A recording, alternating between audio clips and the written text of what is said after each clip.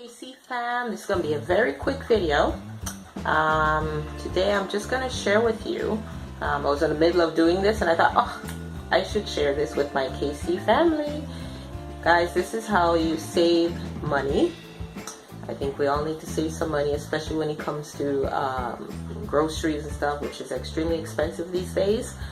So one of the ways I do that is I buy dried peas, beans, whatever, okay, instead of the canned stuff.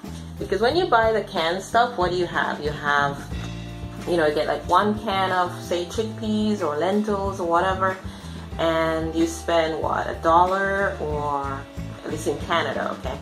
I don't know about the US, but in Canada the average price, when it's not on sale for chickpeas or any sort of canned legumes or anything, is about $1, $1.97 depending on the brand, so somewhere between $1 to $2, right? And that's just for one small can, okay?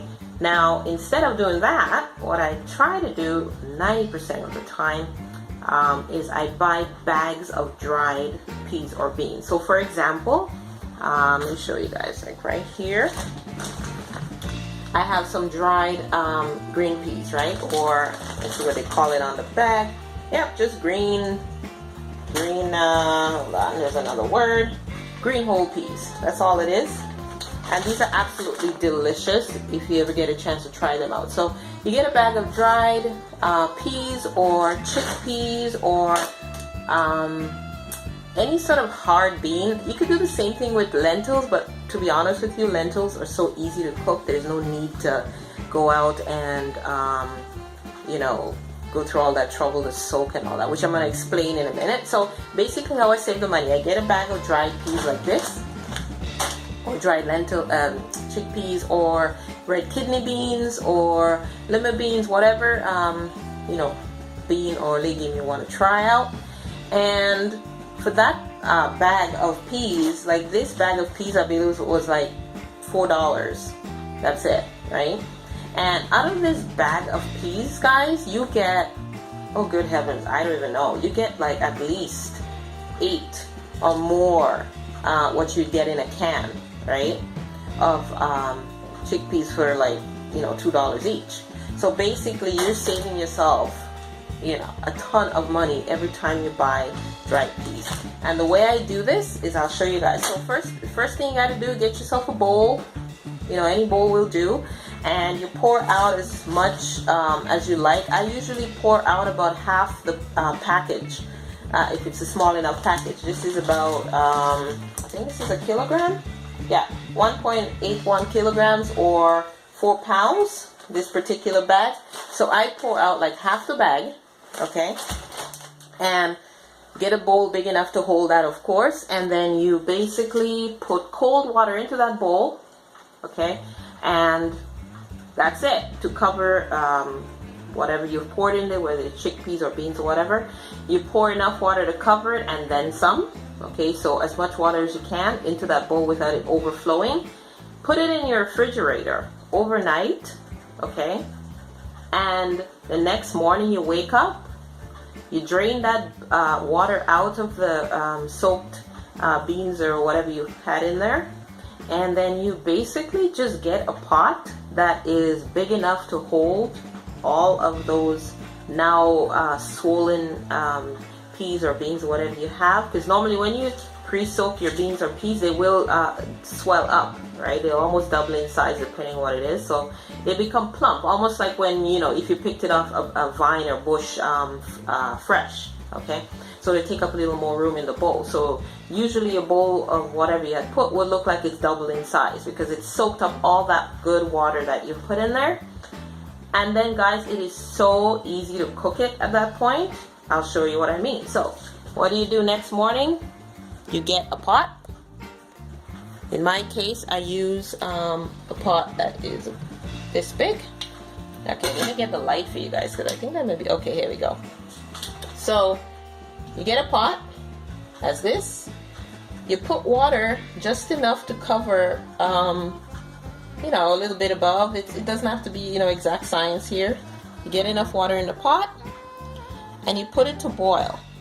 And I'm just throwing some salt into the water. and just bring it to a boil, then bring it down to a simmer, as you see I have here, so it's just barely bubbling away. Okay, and guys, that's it. It is so simple. You boil this for about I find on average when you pre-soak your beans or peas or whatever, it is so easy to cook. It takes literally half an hour, less. You don't need a pressure cooker. You don't need to put it in a what do you call those things? I forgot the name. You know, those pots that you put things to cook overnight. You don't need to do that. When you pre-soak your beans or peas, it takes minutes to cook it, you know, because they're soft, they're filled with water, so they're no longer hard as a rock as you would if you try to cook them straight from the bag, okay? So yeah, guys, and then what I do, maybe I'll show you guys a little bit of that later when this pot finally, you know, cooks down. Should be another maybe 15 minutes or so, because I've had it on there for about 16 minutes. What I then do is I basically just get myself a collection. I always have a supply of freezer bags. I then scoop the cooled whatever it is in the pot, beans, peas, whatever. I just put those into bags, freezer bags, and I put them in portions that would make sense if I were to prepare a dish for myself. So if I wanted to make, you know, a soup or curry or stew or whatever, I freeze them in that portion so that when I'm ready to make a dish, it is so easy. It takes me minutes to cook whatever dish I'm doing after, because everything's already pre-done. And yeah, that's it. It's so simple, and I encourage you guys to, you know, to give it a shot. You know, save money, buy the bag of dried beans or peas. You save a ton of money that way instead of buying canned peas. Plus, if you guys notice, when you buy the canned peas, beans, or whatever, they usually have a lot of salt. I mean, there's the saltless options now, but they usually have a lot of salt or disodium enta, which is, I think, a preservative. And if you, like me, and you don't want to use preservatives and you want to make sure you're not eating too much salt, or you prefer not to eat things from cans because, you know, that has its own debate regarding health issues, then you know what? Get yourself a bag of beans or peas, save some money, protect your health as best you can, and keep your blood pressure in check. Okay, guys, so that's it. I will show you maybe a little bit later after I've portioned it out, okay? Guys, so it's been a little bit, actually much later, like an hour, change clothes, everything. But anyway, the peas actually just finished cooking a while ago. And I delayed, you know, showing you the next step because I wanted to cool off a little bit. So the next thing you need to do is to drain your peas, and I'll show you. So here they are. Here. Okay, they are done. And how do you know they're done? Well, you scoop a little out with, you know, either a spoon or whatever. I just use a strainer. And take one and guys, if you've never eaten like a freshly boiled chickpea, no canned chickpea tastes that good ever, trust me. Okay, so anyway, what you want to do is take your pot of perfectly cooked chickpea and or beans or whatever you've chosen to use for this session, and drain it. Okay, so I'll show you that in a moment. Okay guys, so here we are at the sink. Okay, sorry, my countertop is not the best organized right now, but anyway, I'm cooking, so it's a little messy. So you basically just get yourself a colander, right, and just pour out your chickpeas. I like to run cold water down the drain when I do this, because if the water is extremely hot, you know, you don't want to damage your pipes or cause any trouble. So see if I can do this with one hand. Probably not. I'll pour it in here, guys. It's simple. Just pour it in here and then I'll show you the next step, okay? Okay guys, so as you can see, I've got the beans, chickpeas, whatever you want to call them. Garbanzo beans, chickpeas, chana, depending where you're from. And all I'm doing right now is just, they're not piping hot anymore because like I said earlier, I let them rest a while after they're finished cooking.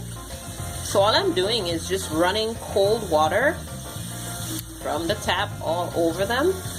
Alternatively, you could simply just drain them and let them sit out for a bit, and then they will of course cool down. But I don't want to be waiting too long for things to cool down because I've got other things to do today. So this works just as well.